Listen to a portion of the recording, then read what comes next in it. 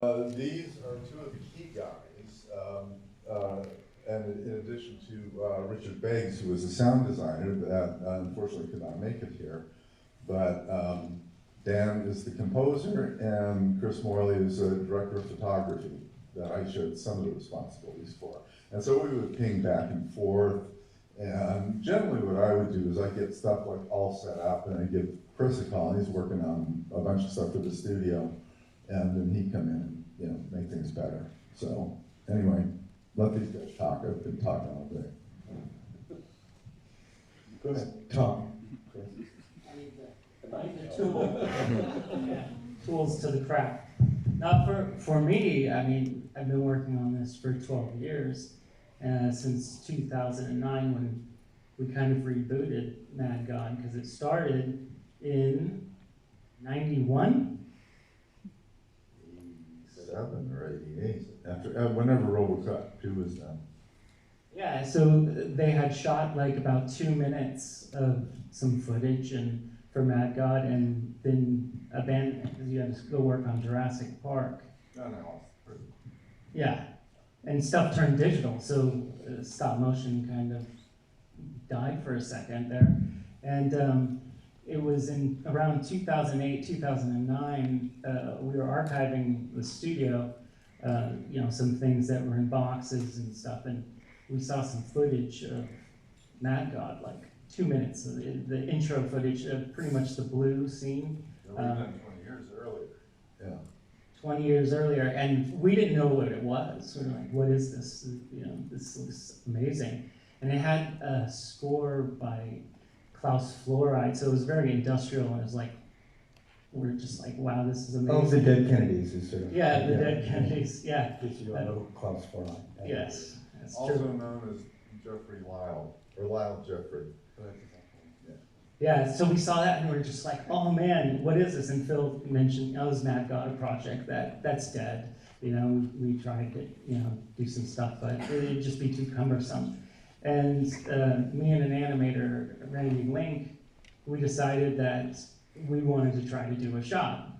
And told Phil with, digital cameras and stuff, it's not as painful. And like, we could probably do a shot. And Phil's like, okay, well, we'll start simple. Let's do a staircase and have this assassin, one light, his light source, go down the stairs. It's like, okay, and then, so we set up the shot, and did hand crank moves, with the camera, and then shot it, and the next day showed Phil a, digital version of it, and I think that was a spark. That was the catalyst of like, oh, this can be done. It's not going to be as painful as film. So, Except it was. it ended up being. So we sparked an inferno that went into madness. But Literally. yeah, but it was wonderful because it's like, for me, starting from that beginning, handcrafted. With a hand-cranked camera move with one light that's already in the scene, all the way until using motion control with 20 lights. It's after 12 years. It's basically, I learned the physical filmmaking craft on Mad God, and when I watch it, it's quite emotional for me to see because I see my art too as a craftsman. Yeah, and. The first time, well, then we did a few more shots and it started turning into something. And then you want to talk about how you started feeling? Oh, yeah. So at some point towards the end of 2 years out or so of the project, and I didn't realize this at the time, a couple of things happened. But looking back on the events that occurred, a bunch of my friends noticed that I was, starting to look really, I let go, and my clothes were ripped up, I had scabs and bandages all over my hands from banging things around, my hair was long, I didn't shower. It was like kind of depressed, and I didn't see it at all. and I only heard about this after the fact, and I just hated the fucking movie, at the end. It was really a chore to just go in and finish it. And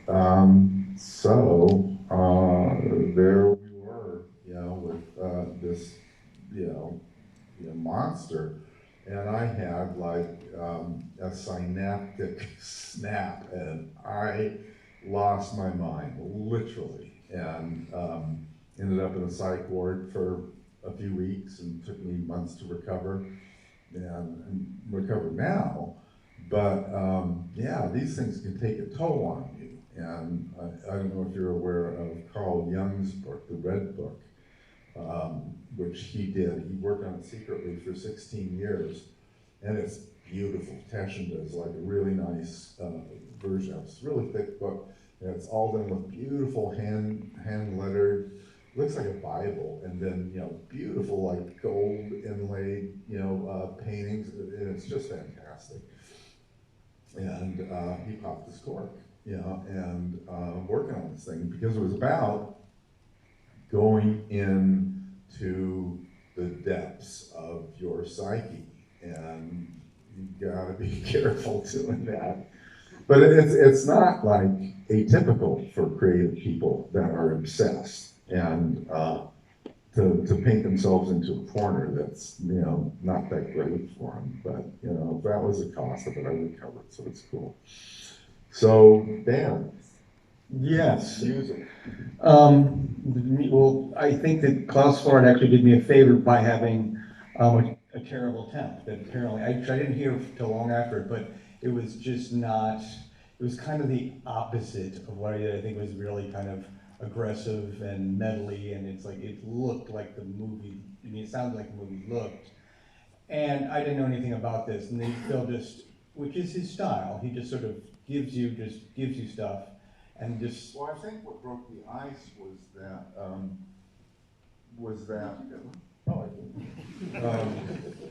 What really broke the ice was I made some little high movies, just as kind of little experiments, and they're very abstract, with and just found images cut together with a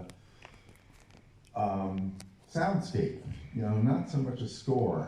And I showed that to Dan, and so I think he got my vibe. It was like, I didn't want a Mahler symphony in it, and, so that's how we began. Yeah, a great deal of it is I kind of got to know Phil a little bit. I mean, my natural instincts are work with it anyway, but I knew, I guess going in, that I could just respond to the film and work as counterpoint, which I kind of like to do, and work when possible to sort of work against the picture, which kind of frames what you're seeing better if the music isn't exactly what you're seeing. And so I kind of got the idea that it was okay to be kind of ambient and be kind of sort of melodic in places, and just sort of responded to the film, and that's kind of how it went the whole time. It's just I did not direct these guys, and maybe when we were spotting Dan and Richard, when we were spotting the thing, I maybe give like less than half a dozen. It'd be great if we had this, great if we had that, and then the rest of it was just like, okay, and hire the professionals and just leave them alone and make sure they have what they need. And and so my direction in general is very minimal. So as long as I've got the casting it right, and have a great team of animators, and it's literally like the thing walks in, it turns around, and it jumps off the table. And I say, okay, go for it. And if you find something like halfway through, or 16 frames into it, go for it and change it. As long as he enters and exits, if you can make it better, go ahead and do it. We pretty much got everything on one take, and that's the way Ray worked. It wasn't like today where you can do 500 takes for some moron. yeah. Oh, you want to talk about Richard a little bit? I'm going to. I will get around to Richard. Yeah, so after, but that is actually a good point that he said that seems to be Phil's style, is that he sets up a sort of culture or a way of working that everybody is free to collaborate within a strict framework, but it is still, he lets people do their jobs. Other directors do that, but he really would let us do various things, and it got, once I met, so Richard Beggs is the sound designer of this. He's sort of a very A-listy guy. He's done Harry Potter as well as Apocalypse Now, and he has a very long CV of many great films. And so, this is a film that does not have a budget, but I was working with him on other things, and I knew that he would be interested in it, and so I got these guys to come over and show it to him, and he was on board from day one. He was like, yeah, I'll do it in between things, but he too became very obsessed with it, and it became really important to him at a certain point. And I think a lot of it is because of the freedom that he was given. And first of all, another thing is it has no dialogue, and for a sound designer, that's pretty much all you're doing is like designing stuff around the actors talking. And so that it was this whole separate challenge. I mean, of course, you've worked on things that little or no dialogue or small amounts of dialogue, but this is, by definition, there's no talking in it at all. And so I think that was appealing to him. And the idea, he learned quickly that he could have a lot of, put his ideas into the film, and they were accepted and embraced. And so, and it was great. It was great, for me, because I would just leave them alone. And I know what the development, that was taking place with them, but it wasn't until we went in and sound checked the different chapters to this thing that I just saw a different movie.